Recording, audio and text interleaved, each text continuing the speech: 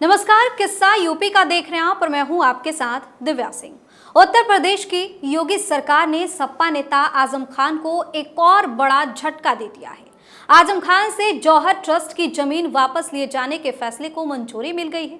UP cabinet की meeting में इस प्रस्ताव को स्वीकृति दी गई। इसके अलावा यूपी कैबिनेट में अन्य प्रस्ताव भी पारित हुए। बता दें कि माध्यमिक शिक्षा विभाग ने रामपुर में मौलाना मोहम्मद जौहर ट्रस्ट को लीज पर दी गई जमीन और भवन को वापस लेने का फैसला लिया है।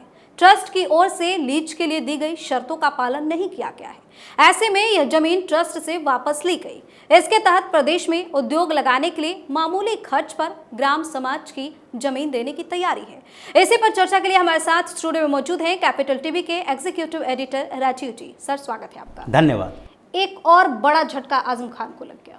देखिए, झटके पे झटका अभी लगता रहेगा। आजम खान की पूरी प्रॉपर्टी, घर, सब कुछ सील होने वाला है। अभी तो जौहर ट्रस्ट के ऊपर सरकार ने फैसला लिया है जो संभावित था, एक्सपेक्टेड फैसला था, क्योंकि पहले ही ये कह दिया गया था कि आजम खान ने जौहर ट्रस्ट जो बनाया है वो इलीगल तरीके से आसपास की जमीनों पर कब्जा करके बनाया है। पहले क्या हुआ, आजम खान 90 के डिकेड में जब उभरते हुए नेता थे, 90 के दशक में, तो उस समय वहां पर एक स्कूल चला करता था जी। और वो स्कूल जो था ठीक ठाक स्कूल, 4000 4500 बच्चे पढ़ते थे उसमें। लेकिन आजम खान की नज़र उस पर पड़ी और एजुकेशन ऐसा डिपार्टमेंट है, विभाग है, जिसमें आजकल जब प्राइवेटाइजेशन हुआ, प्राइवेट स्कूल और कॉलेज, इन प्राइवेट कॉलेजों और स्कूलों को जब भाव मिलने लगा जो कि सरकारी स्कूल कॉलेजों के एक तरह से कब्र पर बनी थी। इसके लिए बड़ी कॉन्स्पिरेसी की गई थी कि सरकारी स्कूल में, कॉलेज में हर जगह पर निकम्मापन घुसाओ। सरकार इनएक्टिव हो गई। कांग्रेस की सरकार उस समय थी, केंद्र में भी, राज्यों में भी ज़्यादातर कांग्रेस की सरकार हुआ करती थी। और एजुकेशन को, यानी पूरे शिक्षा विभाग को बेचने का ठेका इन लोगों ने लिया प्राइवेट स्कूलों से। प्राइवेट स्कूल चलते नहीं थे क्योंकि उस समय जो टीचर भी होते थे उनकी मोरल रिस्पॉन्सिबिलिटी होती थी। तत्कालीन अगर 60-70 के दशक की बात करें तो उस समय वही कई शिक्षक थे जो कि 50 के दशक से काम कर रहे थे, यानी वो 20-25 साल से काम कर रहे थे। आज़ादी के बाद जो भावनाएं जागी थी उसमें उनकी बड़ी भूमिका रही थी और इसलिए उनके अंदर एक मोरल प्रेशर हुआ करता था। गांव के स्कूलों में भी शिक्षक सीधे बच्चों के घर में पहुंच जाया करते थे और वहां जाकर शिकायत करते थे। सब एक दूसरे के जान पहचान के होते थे। तो इसलिए बच्चे, जो छात्र, आजकल जो कहा जाता है कि अगर शिक्षक ने डांट दिया, फटकार लगा दी, तो उसके बाद केस करने के लिए, मुकदमा करने के लिए चले जाओ। लेकिन वो सिस्टम अलग था। गुरुकुल प्रणाली से नए शिक्षा व्यवस्था की तरफ हम लोग बढ़े थे और इसलिए जब इन लोगों को लगा कि प्राइवेट स्कूल में बच्चे जा नहीं रहे हैं तो सबसे पहले क्या किया जाना चाहिए, सरकारी स्कूलों की व्यवस्था खराब नहीं करोगे तो प्राइवेट स्कूल में जाएंगे क्यों। अगर सरकारी अस्पताल आज भी बेहतर काम करेंगे, डॉक्टर वहां सही इलाज करेंगे, तो प्राइवेट हॉस्पिटल में क्यों जाएंगे। शिक्षा और स्वास्थ्य की व्यवस्था धीरे धीरे सरकार ने खत्म की और प्राइवेट जो इन्वेस्टर थे उनको इसमें घुसाया। ये शिक्षा माफिया, स्वास्थ्य माफिया बनकर तैयार आ जाए। तो वही व्यवस्थाएं थी और उसको धीरे धीरे शिक्षा व्यवस्था को कमजोर करने के लिए शिक्षकों का ट्रांसफर किया गया, नए नए शिक्षक लाए गए, स्कूल के परंपराओं को बदला गया। वहाँ स्ट्रिक्ट जो नियम कानून लागू होने चाहिए थे वो नियम कानून के बदले शिक्षकों को क्या किया गया, सरकार के दूसरी योजनाओं में, दूसरे कामों में लगा दिया गया। आज किसी भी राज्य में देखिए, शिक्षक के पास पढ़ाई करवाने के अलावा कई काम होते हैं। आप चाहे जनगणना करवा रहे हो, मास्टर साहब को लगा दो। आप अगर कोई आशा वर्कर के साथ दूसरे सर्वे करवा रहे हो, मास्टर साहब को लगा दो उसमें। अगर सरकार को कोई योजना लागू करनी है और उसके लिए सर्वे करवाना है, मकानों की संख्या गिननी है, उसमें मास्टर साहब का लगा दो।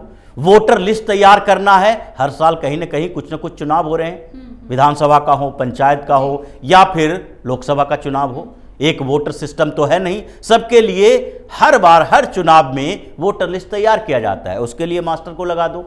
शिक्षकों को, सरकारी शिक्षकों को ऐसे बना दिया गया कि वो एक सामान्य कर्मचारी हैं, शिक्षा से उनका लेना देना नहीं है, वो सरकार के कर्मचारी हैं, उनको अलग अलग कामों में लगाओ और स्कूल को बर्बाद करो ताकि बगल के प्राइवेट स्कूल जो हैं वो फल फूल चल सकें, ये अच्छे से चल सकें। यही रामपुर में आजम खान ने किया, उस स्कूल को धीरे धीरे कमज़ोर किया और वहाँ जो सरकार थी, इन लोगों की नेता थे, तो धमकी देकर शिक्षकों को भगाया, फिर उस पूरे स्कूल पर कब्जा कर लिया और फिर वहाँ से ये रामपुर पब्लिक स्कूल खोला, फिर एक ट्रस्ट खोला। ट्रस्ट क्या है? ये जौहर ट्रस्ट जो है वो अवैध तरीके से जमीन कब्जाने का एक जरिया बना। ट्रस्ट है तो लोगों का भी ट्रस्ट होगा, यानी विश्वास करने के लिए बनाया गया ये एनजीओ और ट्रस्ट कि सरकार से कुछ पैसे लेकर, कुछ योगदान लेकर लोगों की सेवा करेंगे। लेकिन ये ट्रस्ट तो आजम खान की सेवा करने लगा पहले, फिर वहां पर जौहर ट्रस्ट में जौहर स्कूल बनाए गए, फिर उसके बाद यूनिवर्सिटी बनाए गए और सरकार से अप्रूवल लिया गया। सरकार से अप्रूवल, अपनी सरकार, और फिर अपनी सरकार में आजम खान को कौन रख सकता है जब मुलायम सिंह यादव मुख्यमंत्री और आजम खान उनके सबसे करीबी नेता, उत्तर प्रदेश का मुस्लिम चेहरा। तो उसके बाद इन्होंने ट्रस्ट में आसपास की जमीनों का ठेका लिया। सबसे पहले 8 एकड़ जमीन इनको दी गई सरकार की तरफ से कि आप इन जमीनों पर अपना यूनिवर्सिटी चला सकते हैं। लेकिन इन्होंने क्या किया, धीरे धीरे जमीन का दायरा बढ़ाया, 12 एकड़ और जमीन आसपास में कब्जा कर लिया, डरा धमकाकर रामपुर के लोगों से। अगर रामपुर के जाकर देखेंगे तो ये जो मुस्लिम का राग अलाप रहा है, सारे मुसलमान आजम खान के खिलाफ है और यही कारण है कि आजम खान आज कहीं का नहीं है। आजम खान की सदस्यता गई, ये बड़ी बात नहीं है। आजम खान का कैंडिडेट अगर उपचुनाव में हार जाता है तो ये बड़ी बात है कि वहां के लोगों ने क्यों रिजेक्ट किया। तो इन लोगों ने जो जौहर ट्रस्ट के नाम पर जमीनों पर कब्जा करना शुरू किया, उसकी शिकायत वहीं के नेता भारतीय जनता पार्टी के आकाश सक्सेना ने की और कहा, उस समय तो कहते थे ये आजम खान कि ये आकाश सक्सेना जैसे लोग मेरा कुछ नहीं बिगाड़ सकता। लेकिन सत्ता बदली, सरकार बदली, व्यवस्थाएं बदली और फिर आजम खान को लगने लगा कि कानून से खिलवाड़ करने का अंजाम क्या होता है, जो आज दिखाई पड़ रहा है। फिर ये इंक्वायरी होने लगी और जौहर ट्रस्ट के ऊपर लोगों का ट्रस्ट नहीं रहा, सरकार का भी ट्रस्ट नहीं रहा। तो फिर इनकम टैक्स डिपार्टमेंट में शिकायत हुई कि ये जौहर ट्रस्ट है जो ब्लैक मनी को व्हाइट मनी भी करता है, यहाँ पर पैसे का हेरा फेरी होता है। ये जितने इसके ट्रस्टी हैं आजम खान सहित, ये करोड़ों का कारोबार हवाला के जरिए कर रहे हैं।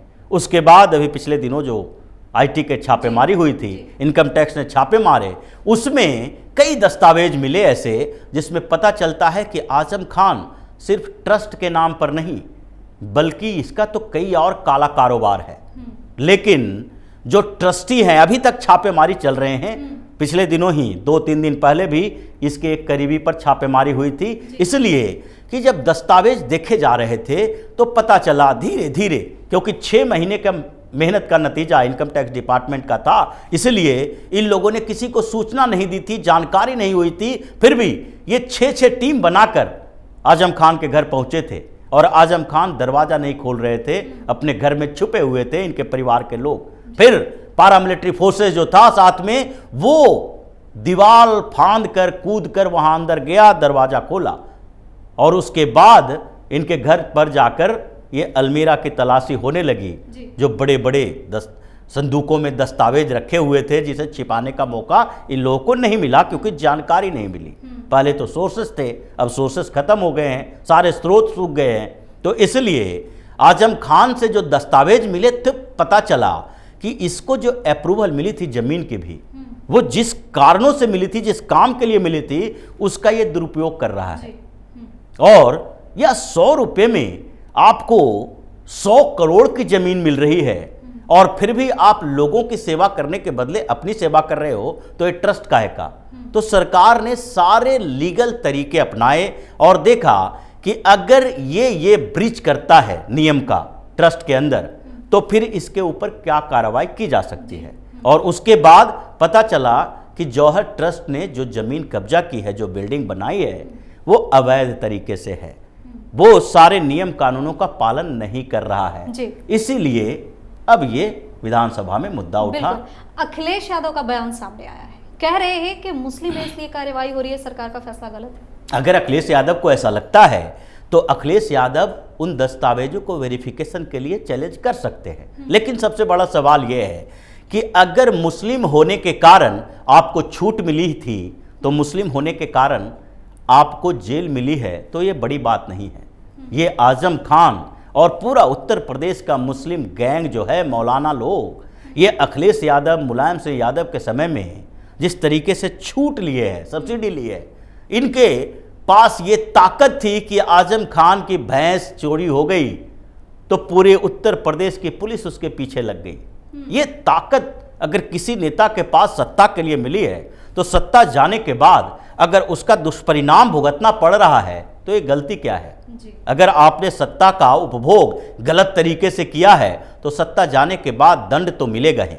कुकर्मों की सजा हमेशा मिलती है, और योगी आदित्यनाथ वही कर रहे हैं। चाहे अखिलेश यादव कितना चिल्ला चिल्ला कर कह ले कि आजम खान को मुसलमान होने के कारण प्रताड़ित होना पड़ रहा है, या पूरे उत्तर प्रदेश के मुसलमानों को प्रताड़ित होना पड़ रहा है, तो आजम खान के क्षेत्र में जाएं।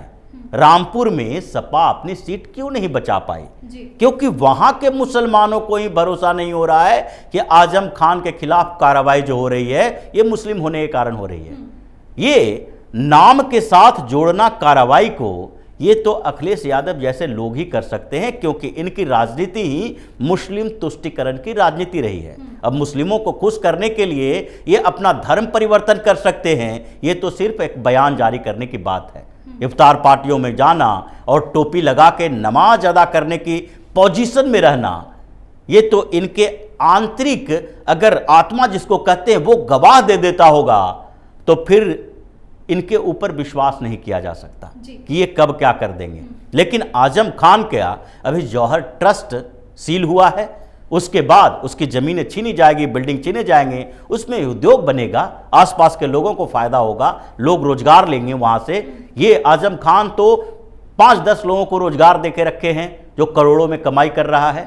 और उसके बाद अगला नंबर आजम खान के घर का ही है, क्योंकि घर जो ये किला बना के रखा हुआ है आजम खान ने, जिसके ऊपर इनकम टैक्स के छापे पड़े थे, वो अब सील होने वाला है इनकम टैक्स डिपार्टमेंट के माध्यम से। तो आजम खान फिनिश हो चुका है।